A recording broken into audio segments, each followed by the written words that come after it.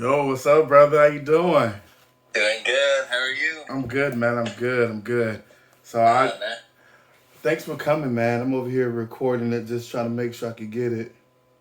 Okay, no problem. Make sure, just want to make sure everything looks good or sounds good. Let me get this little stand. No problem. Take your time. All right, let me see. All right, let's see. Make sure I'm doing this right. Okay, yeah. Yeah. Cool. So when I get started, I'm gonna have my little intro, and then I'm gonna do an introduction who you are, and then of course we're gonna talk a little bit. And I got about like let's say about like 10 questions, and we're just making natural and all that good. Thanks for coming, man. I appreciate you. How's Man. how's the family first? The baby's here? Good. Not yet. We're Okay. just day by day. So Okay. should be maybe next week or two. So we'll see. Oh, that's awesome, brother. I'm excited for you, man. Hey, this is the Thanks. best time of your life. It's gonna change everything, but it's gonna be super dope. It's gonna be super Yes, dope. sir. That's what's up. All right, let me get my all right testing. Let me just record this real quick. Testing 1 2. Yeah, that's it. But yeah, I created this. I was thinking about this like about 2 months ago, and I was like, you know what? I'm gonna create like a podcast that talks about like the sneaker community, and it's been doing pretty good. I had like last week I had one for just the intro who I was. I had over like 19 people listen to it, so I'll take that number. No, And then I did one for the election on Tuesday. It was just like if you were a president, what dope shoe will you have in your collection? So I went through like 15 presidencies. I like the dopest sneaker collection ever, or who should have the dopest sneaker collection. Cause like 2017, of course the off whites came out, so you know what I'm saying. Trump should have some off whites. So it was just kind of I went down nonpartisan with down all these. It was pretty dope. Like people were like, dude, that was dope. I never seen nothing like that. So that was kind of cool. Then today focus is gonna be like just talking about like the community, the state of reselling. All right. Sounds good. All right, and then I would say like I'm gonna be like break, and then I'm gonna do like a outro for the break, an intro for the break. It's gonna be like my theme song, and that's pretty much be it. All right, so let me get this situated.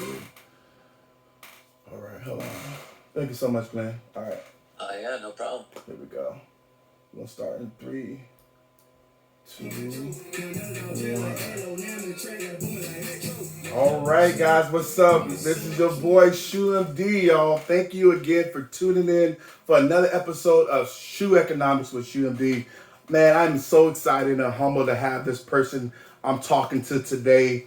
He's one of the true OGs, man. He's more than just a YouTuber with over 133,000 subscribers, 1,200 videos, guys. When you're talking about uploads, that is uploads. Let's also go into his 35,000 followers on IG. Soon to be father, the man, the myth, the legend.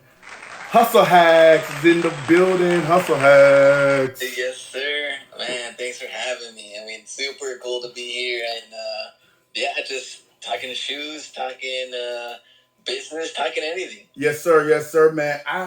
I'm going to be honest with you. I didn't tell you this on the script, but when I first met you guys in person, I think that was SneakerCon in Atlanta. That was like my 5th event of the year. I shopped with you before on Whatnot, never on IG. And you're like, hey, man, come out and have dinner with us. It was you, Hustle B, Unique Soul.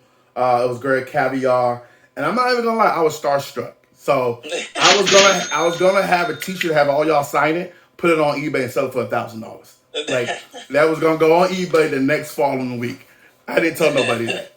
But now Ken wife took a picture of it, which I actually got blown up. It's gonna be in my office in my brand new store that's opening in 2023. I'm gonna open more than likely in February, the week of my birthday. Nice. There we go. So that's coming up quick. Yeah, it's coming up, man. It's been a crazy process, man. Like this with permits, because you know it's kind of like when you buy a house, you think like you sign on the dotted line, you move in. Not in commercial real estate. You sign on the dotted line. It takes 10 months later for it to start moving.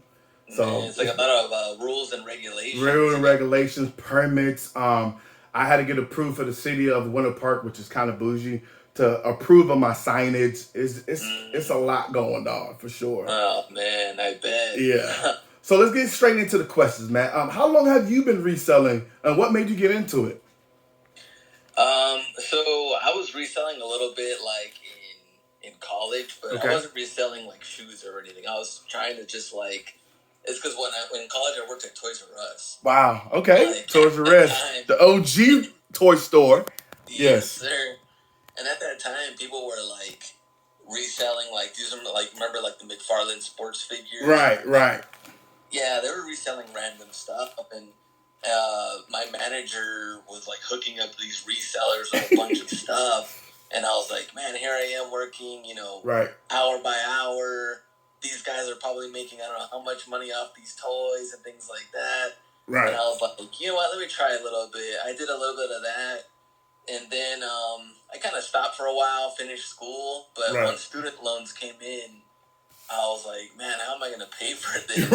Right. This is wild. And, it's like a 10-year student loan plan. Right. And so I just started going to me and my friends started going to garage sales. Wow. Thrift stores. Wow. And we would just try to find whatever we thought, would resell. We try to look up some things on eBay, like video games but things that I had some knowledge in. I've always been into jerseys and shoes, and so I would just try to. And now I had a lot of money to spend, so I had to start with haggling and trying to get some deals.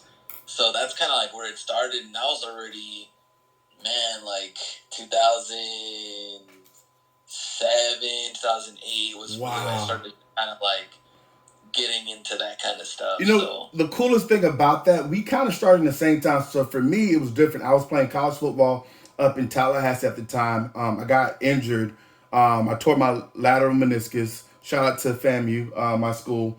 And I was sitting, I had all this scholarship money, buying shoes, getting it from the hookup because I was one of the athlete. I'm not gonna lie. They used to just, hey, what size you need? All right, cool. And I was just eBay. I never heard this eBay thing. I heard eBay the first time in 2006 for me. And I was I made me an account. My first name was my first, it was my whole government. It was Milburn, so-and-so. I was what was I doing? And I sold a pair, I never forget, of some Dunks I bought. I paid $70. It sold for $120. And I was what is this? People buy used shoes? And I got bit by that bug. So for me, it's ever since then. That's pretty dope, man. What? Let me ask this: what is the most rewarding thing for you about being an entrepreneur? What do you enjoy the most? Well, it's definitely the freedom, right? Because the money you could make, you really gotta. I mean, it's not easy, right? But the freedom, not being able, after I got a degree, it's I worked full time. I had I had 4 bosses at one point. Right. How am I gonna climb up this corporate ladder? You would say.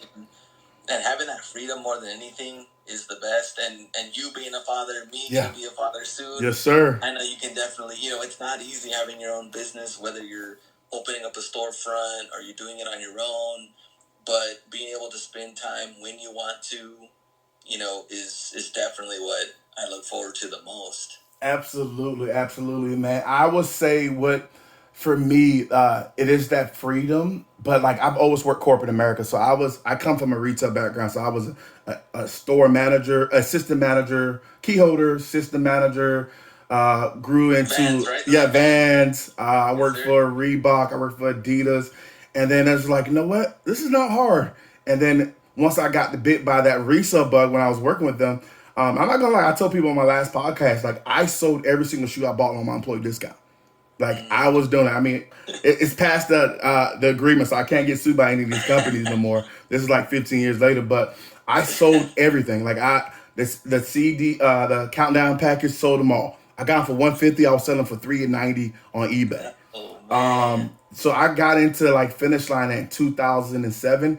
For me, I feel that's one of the best years in the shoe game from 2007 to 2012, and I was just a reseller. All right, so we're going to take a quick break, guys. I got to pay some light bills, man. We'll be back. I'm your host, Shoe M.D. with Shoe Economics with Hustle Hacks. He's in the building, guys. We're going to take this quick break, and then we're going to get a shout out to our sponsor today, which is, who we got on the list? Care Creations. Whether you're looking for a wedding or event, community event, let's cherish the moment together. Shout out to www.carefreecreationsphotos.com. Tell them that Shoe M.D sent you. We'll be back, guys. Thank you for tuning in.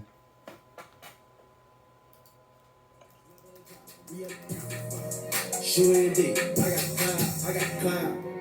Shoe M.D. Don't need to stop. All right, welcome back, guys. This is your host, Shoe M.D. I'm here with Hustle Hacks, a.k.a. the man, the myth, the legend, Glenn, man, real humble guy. And we were just talking about fatherhood before we went on break. And I'll be honest with you, man. I met a lot of people in this industry, and I feel like a lot of time people, they're, kind of have a persona, kind of a level of cockiness. You're the most humble person I've met so far. Where does that come from? I just think it comes from like when you start that grind from the start and you have nothing. You really like appreciate every single sale you make, every single person you meet, and I feel like you can meet so much from anybody. And like I get it all the time to where like, oh man, you started your channel, sorry about reselling, I learned this from you. And for me, I'm like, I could learn something from anybody in any given time. And I learned a lot, like from Ken, from stuff that I didn't even know when it came to business. And so for me, I guess I also feel like things can change automatically, right? Like one day to the next, anything could happen. Life is crazy, whether it comes to, making a bad purchase, maybe losing money, maybe health issues, maybe, I don't know what that can come your way. And it's like, if you're in that kind of like cocky attitude and then things change one day to the next, like, hey, what happened? It's like, so I just like to just stay humble on that part and just slowly make my grind in my own way. I love that, man. I think it's the truth, man. Like I told one of the sellers I met at SneakerCon, like because of Whatnot, shout out to Whatnot, it's made me get like visibility, and people like a guy came and say, hey, you're on Whatnot, you're Shoe M.D sales, and I'm like, cool. And for me, he was like, you're so cool and laid down. I'm like, dude, at the end of the day, it reminds me when I played college football when I was at Fort A&M. And it was just like, being an athlete, like you're kind of put on this pedestal. For me, it's like, dude, I'm still a human being. Like I hate going to practice. Like that's why I'm not in the NFL right now. Like I knew that for me being in sports wouldn't take me there, but like I'm a people person. Like I enjoy that one-on-one interaction with people. And I love that about like meeting people like you and other people like, of course, Ken, Hustle B, that you guys are truly like who you are on camera. Super, super dope and chill. And I think that's just rare, man. And consistency. Like, I really want to touch this with people because everyone like want to do this grind. Dude, how long have you been doing like YouTube? Like, what year you think you started? Man, I don't even know what time. I feel like it was so long, but even then, I quit at one point because I was like focused on school, on my full-time job after graduating. And then we were talking about during that time too, like uploads would take forever. Oh my goodness. To get a video on and learning how to edit. And I was like, you know what? Like this is rough. This is rough. You also got to get to the point where like, hey, no one's really watching you. No one's really listening to you. Right. Like you have to start off by not really having any crowd at all.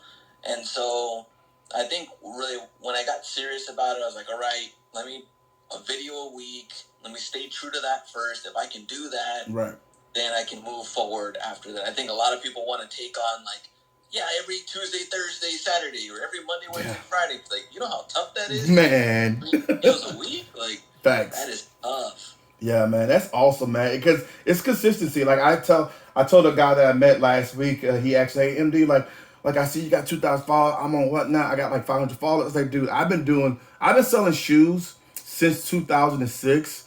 I've been on video. Like, I got some older videos. I was in college, but the uploads are horrible. Like 2008, but I got serious in my business in 2016 when I, of course, started looking and finally quit my job just a year ago. And it was just like, it takes consistency. It takes you creating a schedule and like knowing like this works in my schedule, how I'm going to execute that plan, man. Let me ask you this now, and this is a little bit of personal, man. You're about to meet your little princess, man, talking about like daughter, man. I love becoming a father. I think one of the greatest things, I think me and you had this conversation, once you have your child, whether it's a boy or girl, they change you. So for me personally, I was never chasing dollars because I was a store manager at Vans and I was making a great amount. I became an associate general manager at Under Armour when I just left. It created a space for me where knowing that money wasn't the issue. Like, how do you think you might change once you meet your special little one? How do you think that might change you? I'm already talking to the wife about it too, because I know that like I don't want to be overworked and overdoing that kind of thing. You know what I mean? Like I want to enjoy all the time that I can because Amen. I mean I know that they're gonna grow up quick. I mean you're probably seeing. And the same thing with your whole family and the way everything has changed from one day to the next. You see, your child growing and how quick it is. So I feel like I don't think there's really that balance either. I feel don't retire. You're not retiring now, are you? No. Definitely not retiring. But I feel like there's not really like that balance when you're like the main supporter also for your family. It's like you just got to figure it out and like. You got to spend time with the family, but you also got to do everything that you can to support that family. And so it's also going to open up a new challenge. Like people in the comments were like, "Man, you call yourself Hustler Hacks? You're going to be a real hustler now with a family." So man, I'm like, no lie, that is based on a true story. Before I used to do trips. I used to try. I think I probably. The year before my daughter was born in 2017, I would go probably to every single sneaker con. I think I went to probably, if there were 22 sneaker con, I was at 20 of them. Man, that went from 22 to 5. So this year I did about 6, and 6 is my sweet spot. Now that I'm opening up a store, I'm going to use the sneaker con as my main source of getting product. I'm just going to buy a booth, set up my pod, record, and me do buyouts. Like that's going to be my... No more walking around, no more. I'm literally gonna just sit at that table, we're buying shoes. That's gonna be the next step. But sourcing, when you source, what are you looking for? Like what's this is my top seller. Like what are you looking for when you're out there sourcing? So when I'm out there sourcing, it really comes down to like the deals more than anything. I mean, I'm trying to keep cost of goods low, and I'm trying to hit margins. The very bare minimum for me was always been like 40% ROI. Right. But, I really want to, if I can double, you're always winning at that point.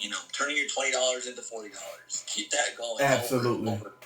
And it could be a million times. You got to keep doing that over and over and over. And that's where I think a lot of people also get impatient because they're kind of like, man, I want to make that quick money right now. And it's not like that. Like, you got to be in this grind for years. Keep growing. There's so many other things to keep doing and learning.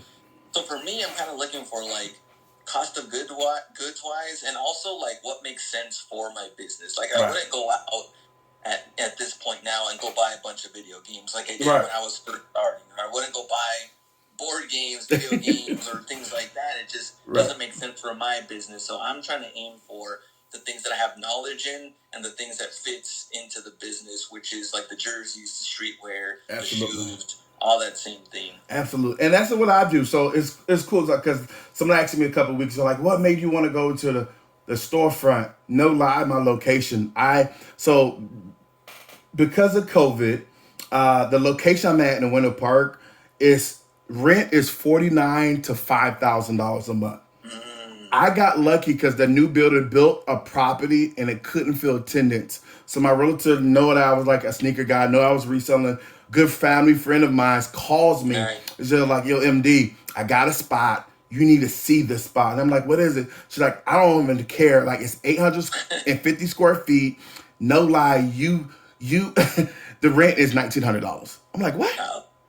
I was like, how? She's like, you just need to get it. And I was looking at my, the profit, my P&L sheet. I was making a good amount. I'm at 44% on profit margin. I'm like, I can afford that. Like, I can spend less and still make that. And I did. And of course, Whatnot came out. It's just, I think a lot of times resellers don't know this. Like, I'm always on the grind. I'm always looking at the numbers. You got to know your numbers. You got to know your business that way. For sure. 100%. For sure. All right, guys, we got to pay this last bill. We're going to go ahead and take a quick break. I am here with Glenn, a.k.a. Hustle Hacks, man. He's in the building, y'all. I'm so excited to have him here. We're just talking about the state of reselling. We'll be back in our final break And once again, man, make sure you tap into us every Friday. If you ain't doing nothing, you're working out, you want to listen to something cool, go ahead and see us, y'all. Shoe M.D, Shoe Economics. We'll be right back. Shoe M.D, I got the cloud. Shoe M.D, don't need a stylist. Shop.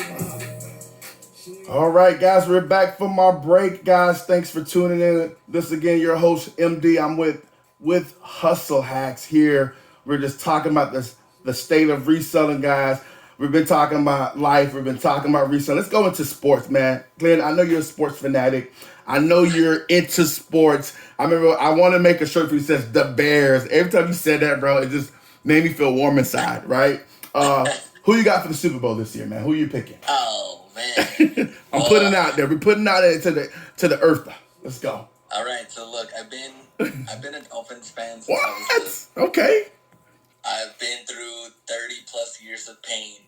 I've been waiting to see something like this. Waddle, Tua, Tyreek. We're going Dolphins, Eagles. Woo! You heard it first, guys. You heard it first. Dolphin Eagles. Mr. Hustle Hacks himself says it's Dolphin Eagles. All right, cool. And I gotta go switch it up to NBA. Who's winning the championship this year? Who you got? Oh man, I gotta put that on. My 2-9 Lakers are not. Oh man, me too, man. I'm trying to get Braun. I want Braun to get one more, man. I think he got. I'm upset about that whole situation. But go ahead. Oh man, yeah, it's just a mess right now. I mean, honestly, I know Golden State's kind of going through a little slump right now. Right. But Golden State's always going to be very tough to beat. And I guess I'm going to have to say, I'm going to have to go with the Warriors again, but they got enough pieces. Honestly, I'm a Laker fan. It's just tough right now. Right. And that's what I always tell people, man. People play different once they get in the playoffs. You know, if they can stay healthy and AD could finally get on the damn court, we can probably do something, man. I'm hoping so. I'm a diehard Magic fan, so I'm OG Magic fan. Like last month, a guy would call me like, "Who's going to win the championship?" I'm like, "Magic." He's like, "Bro, are you high?" I'm like, "Not today." I'm a diehard Magic fan. Like I'm always going to say Magic, but like Lakers is one of my favorites because I just like the legacy that LeBron is doing. For us older guys, I feel like I'm about to hit 38 soon, and it's just like I've seen players. Like I've actually been in a game and saw Charles Barkley in person. I've now seen in Orlando. LeBron in person, and it's like he's doing some great things. So yeah, we'll see what happens. All right, that's what I like when you come into the lives or when you have stuff on your live shows when it's like 90s basketball. Right. It just brings like a totally different smile to us 35 plus year old. It's just like even when I'm selling hats, it just takes me back to like during that time. And so that's what I tell people too. Like I could be at one night just be like, hey, here's this Magic hat show. I know nothing about the team. Nothing. Or I can start talking basketball, which is like the best part of it. Absolutely, man. And we get paid for doing something fun, which is always dope. All right, so as Nike, we're gonna get down to our last couple of questions, man. As Nike announces like a couple of weeks ago, they're banning of reselling and bots, man. What do you think the future of retail looks like? What does reselling looks like for the next 5 years? What would you say? Man, honestly, reselling is going to come down to the people that have been grinding for years and had figured things out. Like you just said, knowing your numbers, sourcing correctly. Right. Nike has rules, but as you know and I know, when you talk to the managers, the managers. Right. I had managers tell me in the past, hey, man, not today. Right. And then I show up tomorrow. Oh, not only can I buy the limit, I can buy above limit. Absolutely. So every manager, every store is different. They're going to come out with news and things like that you can and cannot do. Now, online might be different depending on how many accounts you have, all these different things. But when it comes to in-person, like always, it's about who do you know? What kind of relationships? Friendships, things like that. And so I think that's always going to stay true, even for the next 3 to 5 years, on whatever news and updates they have. So what I do this, and I share with you, and y'all can take this listening, but don't say you heard this from Milburn. I actually send lunch to the whole entire staff. This is what I do. Okay. So I like last week I Ubered I did like an Uber meal, a pizza, and it says appreciate you, MD.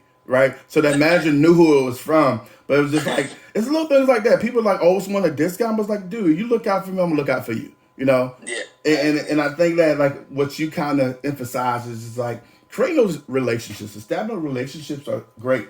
Like you, for example, like I went on your live and you was having a hat lot. I was opening up a store, and I was just like, I was telling my wife like, babe, I gotta spend money today. He's selling hats, and I did my math. I'm like, I'm getting $12 a hat. Man, Yeah. I'm gonna be selling all of them for $40 in my store. Like, you know, it was just exciting. Exactly. So it's all about getting those connects, man, for sure, man. Yes, sir. Hey, man, I just want to tell you thank you so much for coming out, man. Where can people find you on your socials? Some Hustler Hacks on Instagram. Same thing, Hustler Hacks on YouTube and on whatnot. So usually I'm on all three right now, just trying to balance everything. But Right, man. Hey, man, thank you so much for tuning in. I just need one more promise. Make sure you gonna come see us again sometime over here on the Shoe Economics. Come see us again sometime. All right. Oh, man, appreciate it. Thank you, sir. All right, man. Once again, y'all, thank y'all for tuning in every Friday. I want to do something different, and this is what it's about.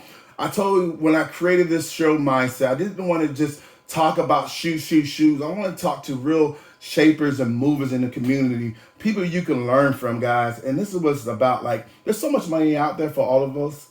Let's share. We can do it, y'all. Thanks for tuning in again, man. Shout out to my special guest again, Hustle Hacks coming in, y'all. Thank you for tuning in. Y'all have a great day. Make sure you follow them. Shout out to my sponsor. Take care, guys. Have a great day.